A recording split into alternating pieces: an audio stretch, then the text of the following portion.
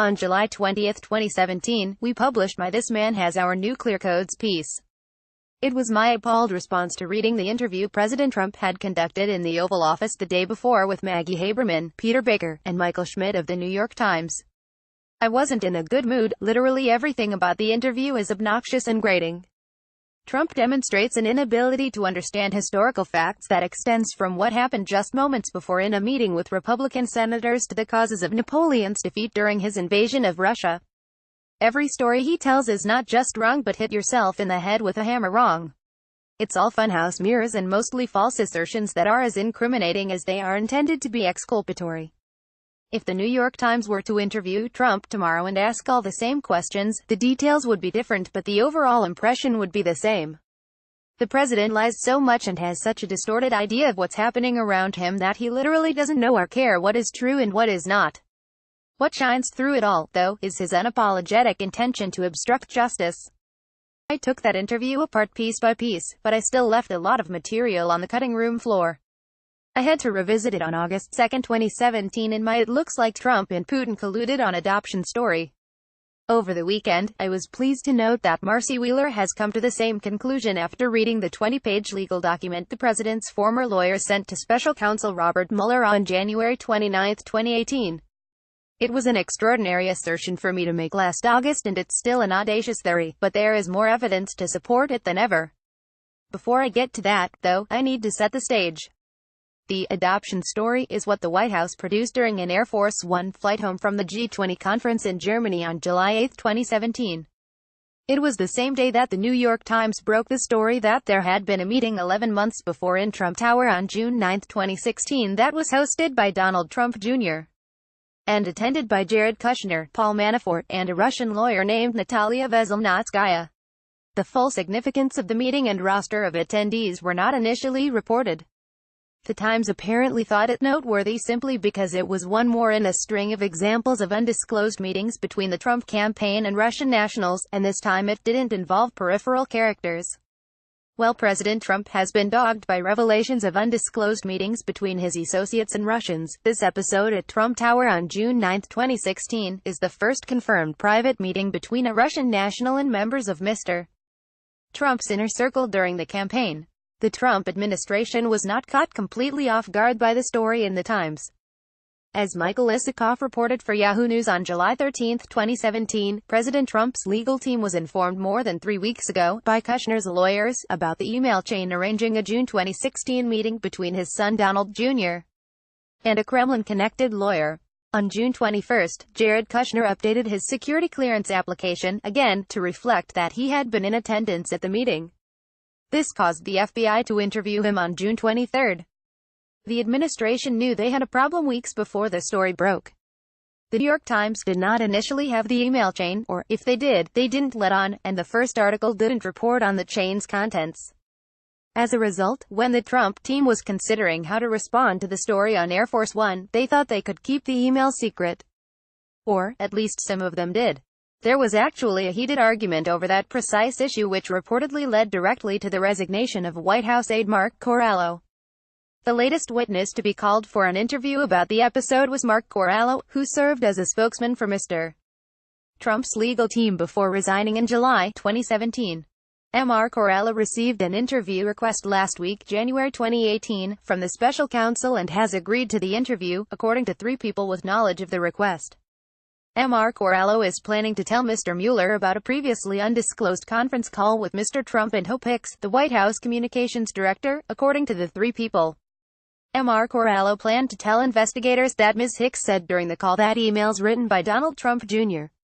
before the Trump Tower meeting, in which the younger Mr. Trump said he was eager to receive political dirt about Mrs. Clinton from the Russians, will never get out. That left Mr. Corallo with concerns that Ms. Hicks could be contemplating obstructing justice, the people said.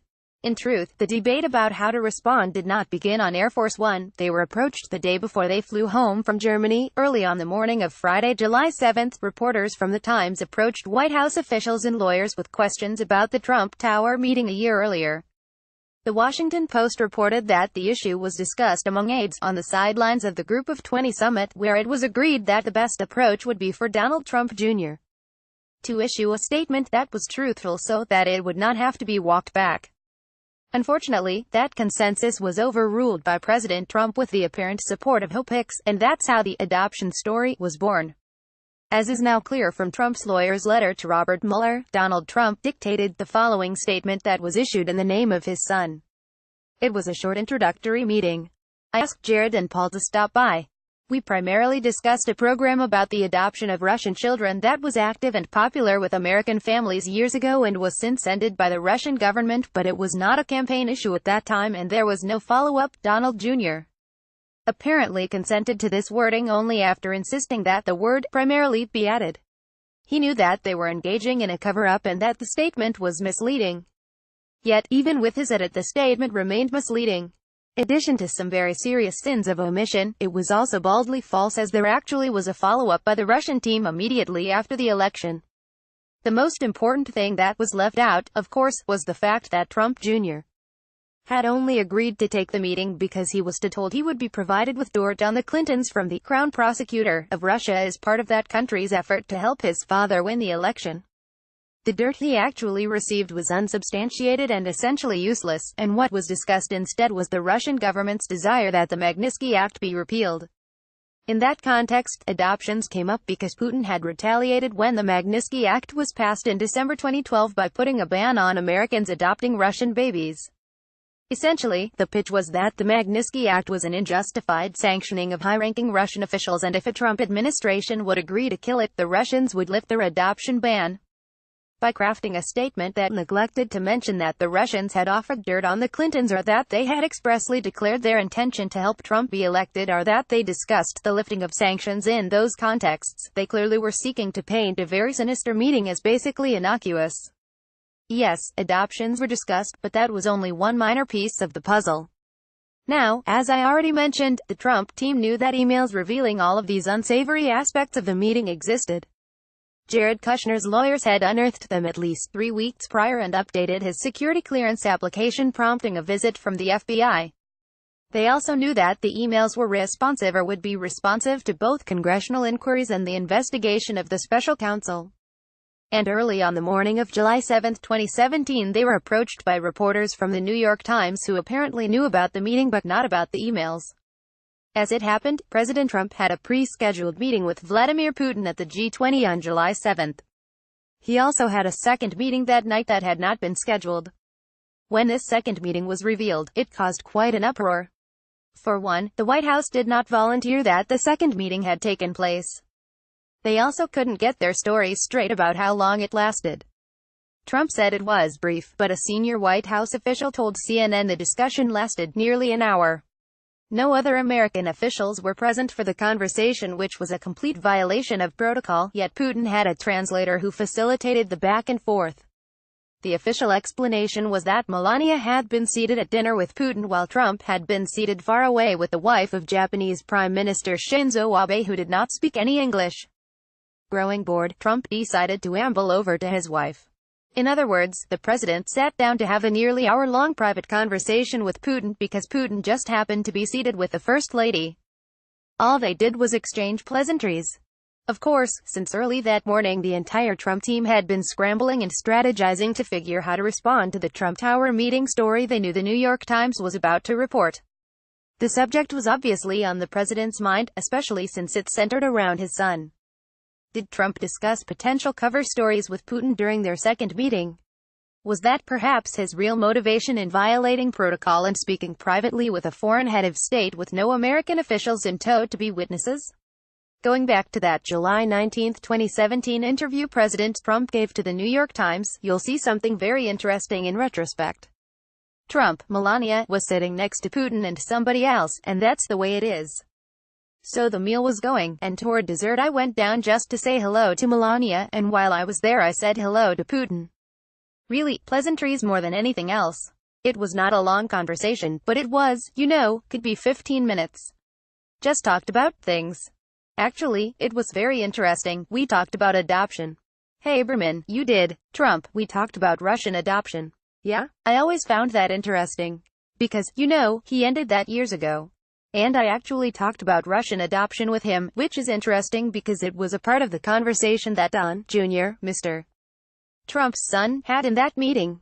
So, by his own admission, the president joined Putin uninvited at the July 7 dinner and discussed Russian adoptions with him. On July 8, on Air Force One, he dictated the Russian adoption cover story despite protests from members of his family, legal team and other advisors. While Hicks allegedly assured the group that the emails would never surface, causing the spokesman for the legal team to resign out of concern that she and Trump were obstructing justice, the New York Times told them they knew of their existence the very next day. And then they reported on that, too. Even worse, their sources were 3 advisors to the White House briefed on the Trump Tower meeting on 2 others with knowledge of it. By July 11, 2017, the Trump team realized that the New York Times had obtained actual copies of the emails and was preparing to publish them. To get ahead of that blockbuster story, Donald Jr. preemptively released the emails on his own in a series of tweets and did his best to rationalize and minimize them. The next step was to try to protect the president. Trump insisted that he had no prior knowledge of the Trump Tower meeting and had only learned that it had taken place at all a few days earlier. But, of course, his lawyers had known for weeks and his son-in-law had been interviewed by the FBI about the matter on June 23. By the end of July, The Washington Post was reporting that the president was totally responsible for the adoption alibi. The report said that President Trump had overruled the consensus of Trump Jr., Kushner, aides, and lawyers, who favored issuing transparent reports because they believed the complete story would eventually emerge. The Post reported that Trump personally dictated, worked on, and released a version in Trump Jr.'s name with claims which were later shown to be misleading. Some advisors reportedly feared that the president's direct involvement leaves him needlessly vulnerable to allegations of a cover-up. In response to that article, White House Press Secretary Sarah Huckabee Sanders falsely declared on August 1, 2017 that Trump certainly didn't dictate, but he weighed in, offered suggestion, like any father would do. Her statement is now directly contradicted by the letter Trump's own lawyers sent to Robert Mueller on January 29, 2018. You have received all of the notes, communications and testimony indicating that the president dictated a short but accurate response to the New York Times article on behalf of his son, Donald Trump Jr. His son then followed up by making a full public disclosure regarding the meeting, including his public testimony that there was nothing to the meeting and certainly no evidence of collusion. There's much more to this story, including strong indications that Trump actually was aware of the Trump Tower meeting at the time. But for our purposes, here, we can skip over those facets of this scandal. I will instead summarize the evidence that Trump and Putin colluded on the adoption story.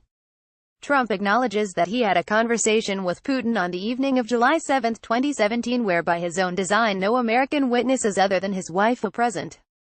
That entire day, his staff had been preoccupied with figuring out how to respond to an impending nightmare involving the president's son. Trump, by his own admission, says that he and Putin discussed the adoption issue, which was tied in Putin's mind to the Magnitsky Act. The president then proceeded to board Air Force One and dictate a partially false and wholly misleading statement over the strong objections of some family members and staff. The statement omitted all references to the Magnitsky Act, sanctions, or dirt on the Clintons and focused exclusively on the adoptions issue that he had just discussed with Putin. The president then lied about having dictated that response, although his lawyers have admitted to the special counsel that he was solely responsible for it. It is almost unthinkable that the president could not have mentioned to Putin the very thing that was preoccupying them that night, especially when we know they discussed adoptions. That the president, who supposedly knew next to nothing about what happened in the Trump Tower meeting until a few days prior, could have come up with the adoption story on his own and overruled strong voices in his orbit without it having been discussed the night before with Putin just isn't plausible. Since Trump made sure there were no witnesses to the conversation, we'll never get absolute proof that he and Putin colluded on the cover story. But I think we have proof enough.